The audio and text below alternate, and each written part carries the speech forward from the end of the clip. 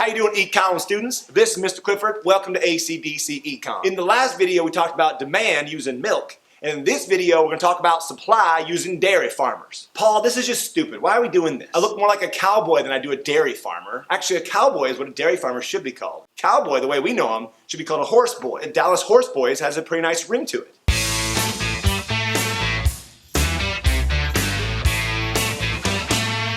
Now, if there's one thing I know about, it's dairy farming. Just joking, I don't know anything about dairy farming. But I do know about supply and the law of supply. The law of supply says there's a direct relationship between price and the quantity supplied. When the price increases for milk, that's going to increase the quantity of milk produced. This is because an increase in the price gives an incentive for dairy farmers to produce more because they want to make more profit. So a supply curve is upward sloping.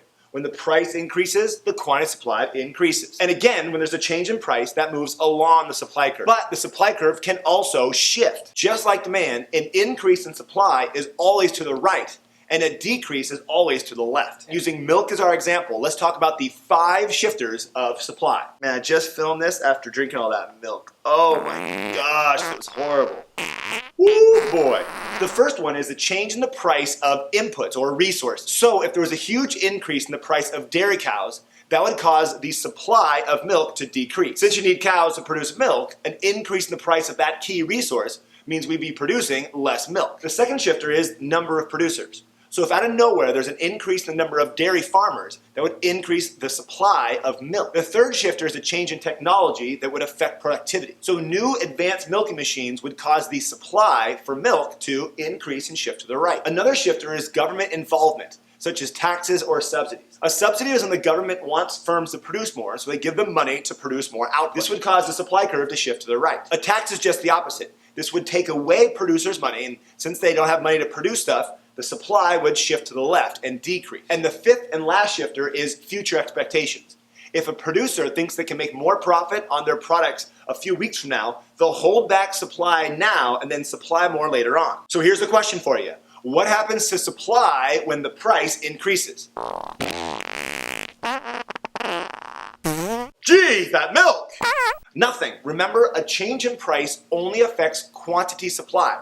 The supply is not going to change. Remember, a change in price moves along the supply curve, and a change in something else, one of the 5 shifters, will cause the actual supply curve to change. Well, that Mr. Clifford really helps me understand these economic concepts. All right, now we finally have enough information to put supply and demand together. Over here we have the demand schedule and demand curve from the market we talked about in the previous video, the market for milk. Remember, demand goes to the dirt. Right here we have the supply curve for milk that we talked about in this video. And of course, supply goes up to the sky. Now they come together and they set the market equilibrium price and quantity, sometimes called the market clearing price and quantity. $3 is the one spot where the quantity demanded exactly equals the quantity supplied. Again, that's called equilibrium. But what if we're at disequilibrium?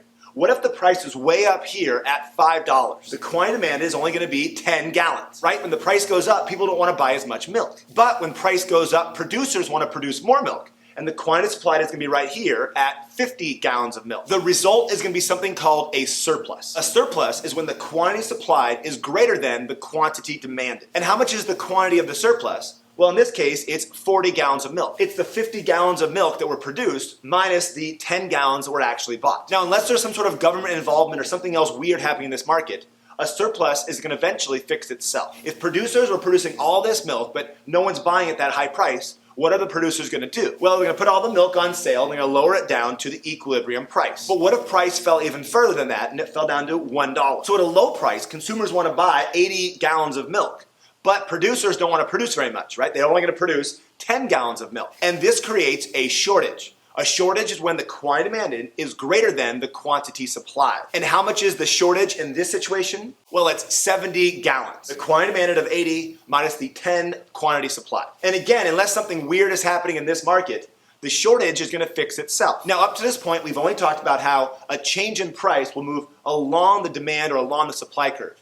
The next video is going to talk about the entire demand curve or supply curve shifting, which will change the price and the quantity. Make sure to check out that video and other videos explaining the supply and demand curve, all right? Till next time. The milk! Oh, the milk!